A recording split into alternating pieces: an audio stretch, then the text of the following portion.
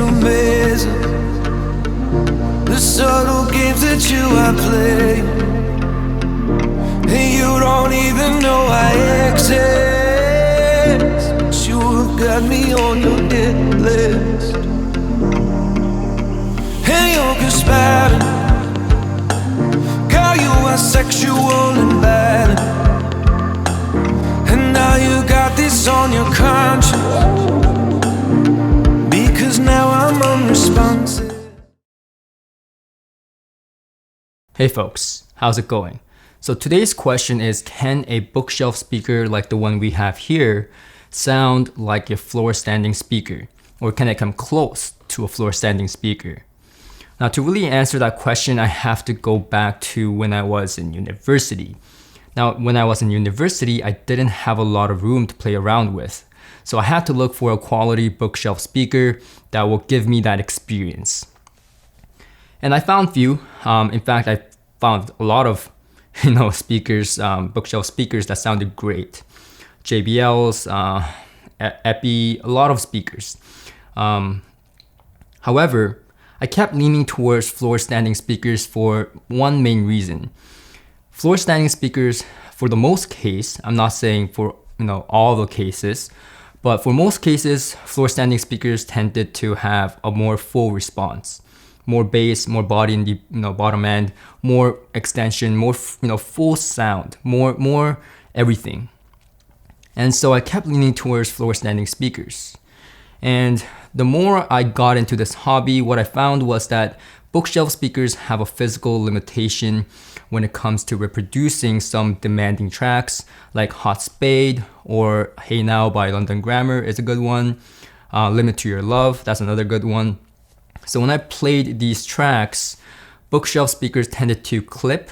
Now, I know this is not because of an amplifier, because I was driving it with, very good amplifiers that had high current, high wattage, just like the Toll or Name, or now Name doesn't have high wattage but high current.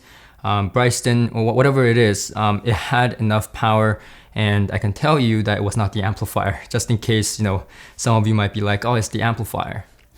Bookshelf speakers have physical limitations, and that's really unfortunate because not a lot of us, including myself at the time, couldn't have floor standing speakers because of the room size, limitation of living space, so many reasons. Wife, that's a big one for a lot of you.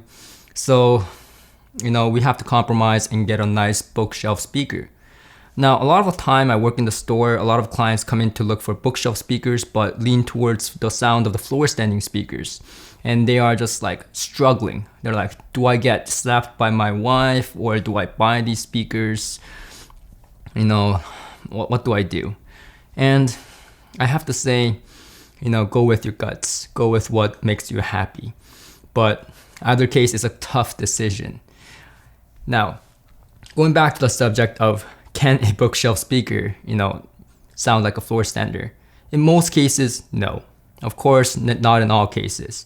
And that's why we're talking about the Kef R3s here. Now, this is no ordinary bookshelf speaker. This is pretty large by any means of a bookshelf speaker, but it's still a bookshelf speaker. So, and it's gloss black, it comes in white, comes in walnut. So it is an attractive kind of factor when it comes to pleasing the wife. I'm saying that a lot, but I feel like it's a big part of the decision making for a lot of people buying a speaker nowadays, and even for myself, to be honest. So looking at this speaker, it is a big speaker, and just to give you a relative size difference, this is the Kef LS50. So most of you guys are familiar with the size of this speaker. So if I put it side by side, you can see that it's pretty hefty in size. Now, one thing you see in common with the LS50 and this, the Kef R3, is the tweeter and the mid-range. But the woofer is separated on the Kef R3. Now, this cabinet is by no means light either. It is a pretty hefty speaker overall. Now, if I was to really think about it, it is a floor standing speaker to a certain extent. It is pretty big. So don't get me wrong, these are not small babies. They are much bigger than your day-to-day bookshelf speakers. But mind you, they are smaller than those vintage speakers like the JBL 4311s. So going back to it, how does it sound? Coming from the Kef LS50, which a lot of you guys know, so I'm gonna use that as a reference, it is much more reference. And when I say reference, I don't mean in any negative way. Now, a lot of people think, oh, reference, it's gonna be bright, it's gonna pierce my ears. No, it's much more clean. With no doubt, it's much more clean than the Kef LS50. The R3 conveys more of a separated response. More separation is going on between the instruments, and at the same time, it's clean. There's no scatter, there's no clutter, there's no vagueness in the presentation. A lot of it is coming from the separation of the woofers from the mid-range and the tweeter, obviously, but there is no that kind of congested feeling that I got from the LS50.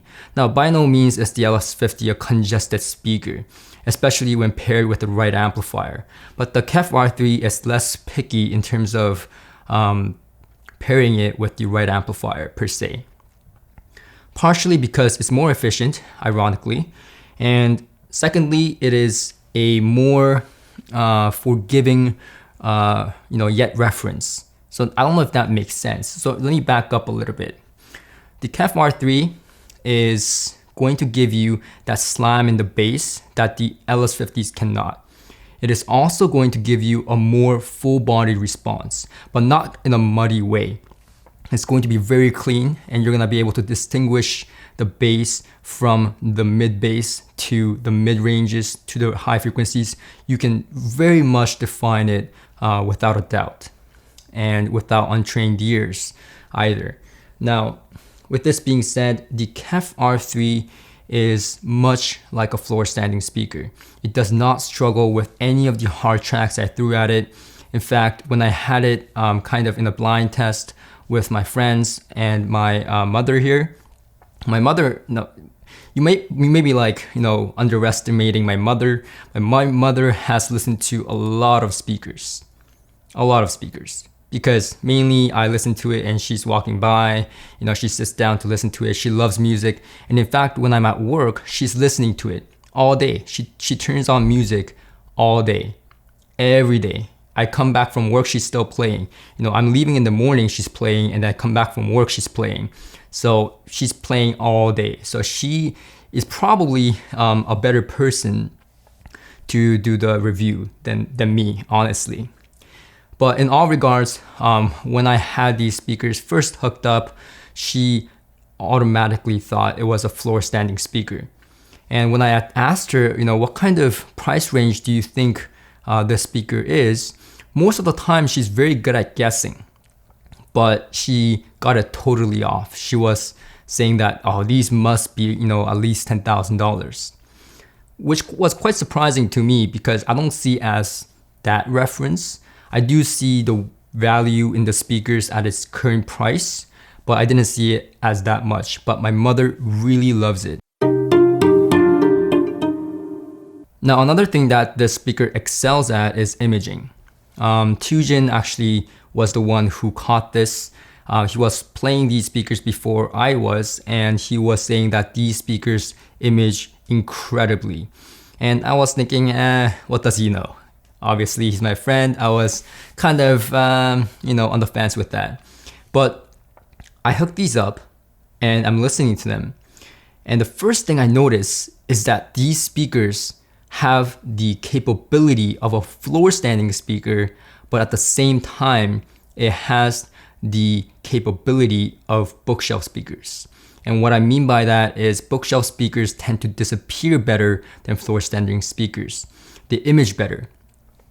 And these do that. So what can I possibly say to tell you that this speaker is great? It does what a bookshelf speaker is supposed to do, which is disappear and image than any other floor standing speaker, which it does, and it has the capability of a floor standing speaker when it comes to demanding tracks. At no time did it clip. At no time did it start to kind of dissipate or crumble down at loud volumes. I cranked this thing up with my Otto IN200. I cranked it up to the maximum volume I can possibly listen to, because I do that sometimes. I'm guilty. Hey, you're guilty of it too. But with that being said, these did not struggle one bit. And that really brings me to the amazement of these speakers, because this could be possibly your solution or possibly my solution when it comes to limited space and you want a floor standing experience. This speaker does not compromise. Now, in most cases, I would say, yeah, but here's the compromise. But here's the catch. There's no catch. There is no compromise. So what can I possibly say negative about these speakers? And mind you, I have a few other bookshelves in here for review. And these bookshelf speakers, spoiler alert, is going to be epic. It is going to be much, much better than anything I've heard. So stay tuned for that. Make sure you subscribe, and I'll see you guys in the next one.